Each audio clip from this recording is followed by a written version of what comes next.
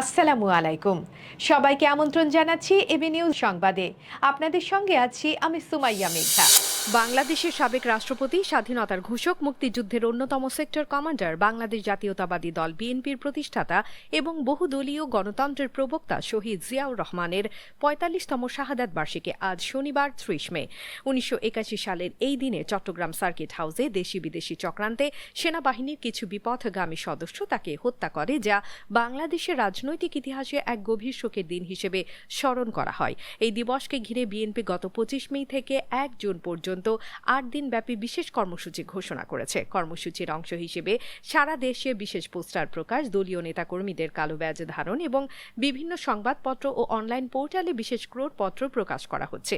আজ ভোর ৬টায় নয়াপল্টনে দলের কেন্দ্রীয় কার্যালয় সহ সারা দেশের সব স্তরের দলীয় কার্যালয়ে দলীয় পতাকা অর্ধনমিত রাখা ও কালো পতাকা উত্তোলন করা হয়েছে। একই কর্মসূচি জেলা, মহানগর ও অন্যান্য ইউনিটেও পালন করা হচ্ছে।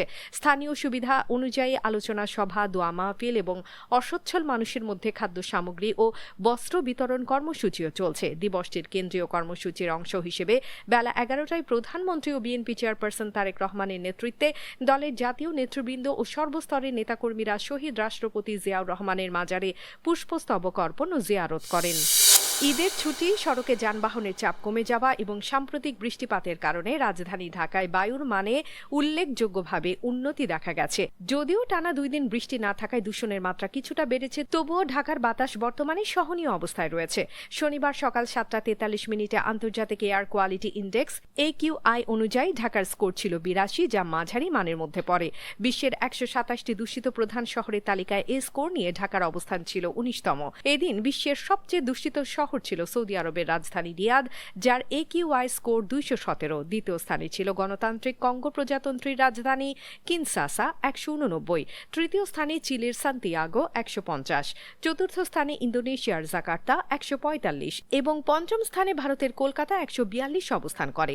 পরিবেশ বিশেষজ্ঞদের মতে ঈদের সময় রাজধানীতে যানবাহনের সংখ্যা কমে যাওয়া, নির্মাণ কাজের গতি শ্লথ হওয়া এবং সাম্প্রতিক ভারী বৃষ্টিপাত ঢাকার বায়ু দূষণ কমাতে বড় ভূমিকা রেখেছে।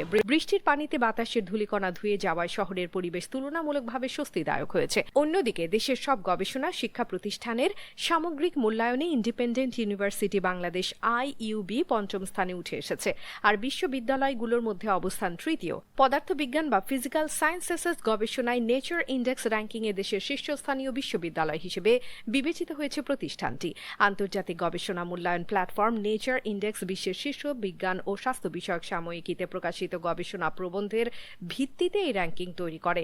২০২৫ সালের ১ ফেব্রুয়ারি থেকে ২০২৬ সালের ৩১ জানুয়ারি পর্যন্ত প্রকাশিত গবেষণা কর্ম বিবেচনায় নিয়ে এবারের মূল্যায়ন করা হয়েছে। মোট ৪টি গবেষণা প্রবন্ধ থেকে IUB nature index share score দাঁড়িয়েছে ০.৬৩।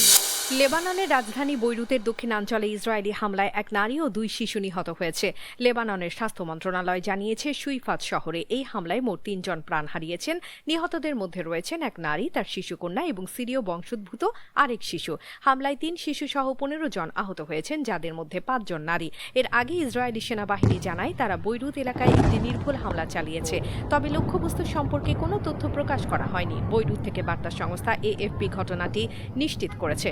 স্বাস্থ্য মন্ত্রণালয়ের বিবৃতিতে বলা হয়, ইসরায়েলি বাহিনীর এই হামলা বেসামরিক মানুষের উপর সরাসরি প্রভাব ফেলেছে এবং হতাহতদের বেশিরভাগই সাধারণ নাগরিক। আন্তর্জাতিক মানবাধিকার সংস্থাগুলো দীর্ঘদিন ধরে সতর্ক করে আসছে যে এ ধরনের হামলা আঞ্চলিক উত্তেজনা আরও বাড়িয়ে তুলছে এবং বেসামরিক নিরাপত্তাকে মারাত্মক ঝুঁকির মুখে ফেলছে।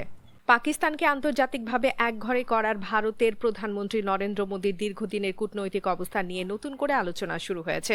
আল জাজিরার এক বিশ্লেষণে বলা হয়েছে, গত কয়েক বছরে পাকিস্তান, যুক্তরাষ্ট্র, চীন এবং মধ্যপ্রাচ্যের কয়েকটি প্রভাবশালী দেশের সঙ্গে সম্পর্ক আরও জোরদার করেছে। ফলে আন্তর্জাতিক অঙ্গনে দেশটি আগের তুলনায় অনেক বেশি সক্রিয় অবস্থান দখল করেছে। প্রতিবেদনে উল্লেখ করা হয়, ২০১৬ সালের এক জনসভায় নরেন্দ্র মোদী ঘোষণা করেছিলেন যে ভারত পাকিস্তানকে বিশ্বমঞ্চে একঘরে করবে। তবে তবে প্রায় এক দশক পর পরিস্থিতি ভিন্ন চিত্র দেখাচ্ছে। বিশ্লেষকদের মতে পাকিস্তান এখন চীন সহ একাধিক শক্তিশালী দেশের ঘনিষ্ঠ মিত্র হিসেবে নিজেদের অবস্থান আরও শক্ত করেছে। একই সঙ্গে যুক্তরাষ্ট্রের সঙ্গেও তাদের সম্পর্ক উন্নতির দিকে এগোচ্ছে। সম্প্রতি মার্কিন প্রেসিডেন্ট ডোনাল্ড ট্রাম্প পাকিস্তানের প্রধানমন্ত্রী শেহবাজ শরীফ এবং সেনা প্রধান আসিম মুনিরের সঙ্গে বৈঠক করেছেন। পাশাপাশি পাকিস্তান যুক্তরাষ্ট্রের সঙ্গে গুরুত্বপূর্ণ খনিজ সম্পদ ও ক্রিপ্টোকারেন্সি খাতে বিনিয়োগ চুক্তিও করেছে। এসব পদক্ষেপ ইসলামাবাদের কূটনৈতিক অবস্থানকে আরও দৃঢ় করেছে বলে প্রতিবেদনে উল্লেখ করা হয়। চীনের সঙ্গে পাকিস্তানের গভীর প্রতিরক্ষা ও অর্থনৈতিক সহযোগিতা দেশটির কূটনৈতিক অগ্রগতিতে বড় ভূমিকা রাখছে। একই সঙ্গে মধ্যপ্রাচ্যের কয়েকটি দেশের সঙ্গেও পাকিস্তানের সম্পর্ক সাম্প্রতিক সময়ে আরও ঘনিষ্ঠ হয়েছে। যুক্তরাষ্ট্রের পর বিশ্বকাপের আরেক আয়োজক কানাডাও তাদের ২৬ সদস্যের চূড়ান্ত দল ঘোষণা করেছে। এই দলে ১৩ জন আছেন যারা ২০২২ কাতার বিশ্বকাপে খেলেছিলেন, আর বাকি ১৩ জন প্রথমবারের মতো বিশ্বকাপ স্কোয়াডে জায়গা পেয়েছেন। প্রত্যাশিতভাবেই দলে রাখা হয়েছে বায়ার্ন মিউনিখ তারকা আলফোনসো ডেভিসকে। ইনজুরিতে থাকলেও প্রধান কোচ জেসে মার্শ তাকে স্কোয়াডে রেখেছেন। এডমন্টনে সতীর্থদের সঙ্গে যোগ দেবেন তিনি, যেখানে আগামী সোমবার উজবেকিস্তানের বিপক্ষে একটি প্রীতি ম্যাচ খেলবে কানাডা। তবে কানাডার প্রথম ম্যাচে তার খেলার সম্ভাবনা খুবই কম। ডেভিস ছাড়াও গত বিশ্বকাপের স্কোয়াড থেকে জনাথন ডেভিড ও লিয়াম মিলার দলে জায়গা ধরে রেখেছেন। অন্যদিকে তুলনামূলকভাবে কঠিন পিচে টুর্নামেন্টে সেরা বোলিং আক্রমণের বিপক্ষে অসাধারণ এক ইনিংস খেললেন বৈভব সূর্যবংশী। ৪৭ বলে ৮-৪ ও ৭-৬-এ তার ৯৬ রানের ইনিংস আইপিএলে ব্যাটিং মৌসুমকে আরও উজ্জ্বল করলেও রাজস্থান রয়্যালসকে ফাইনালে তুলতে পারেনি।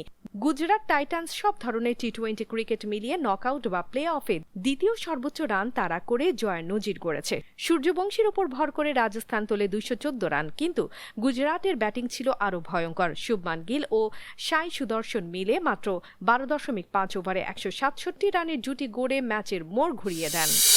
দর্শক, এতক্ষণ আমাদের সঙ্গে থাকার জন্য ধন্যবাদ। সর্বশেষ খবর পেতে চোখ রাখুন আমাদের ফেসবুক পেজ ও ইউটিউব চ্যানেলে। আমরা আছি ইনস্টাগ্রামেও। সেই সঙ্গে সবশেষ সংবাদ পেতে ভিজিট করুন আমাদের ওয়েবসাইট www.abnewsinternational.com-এ।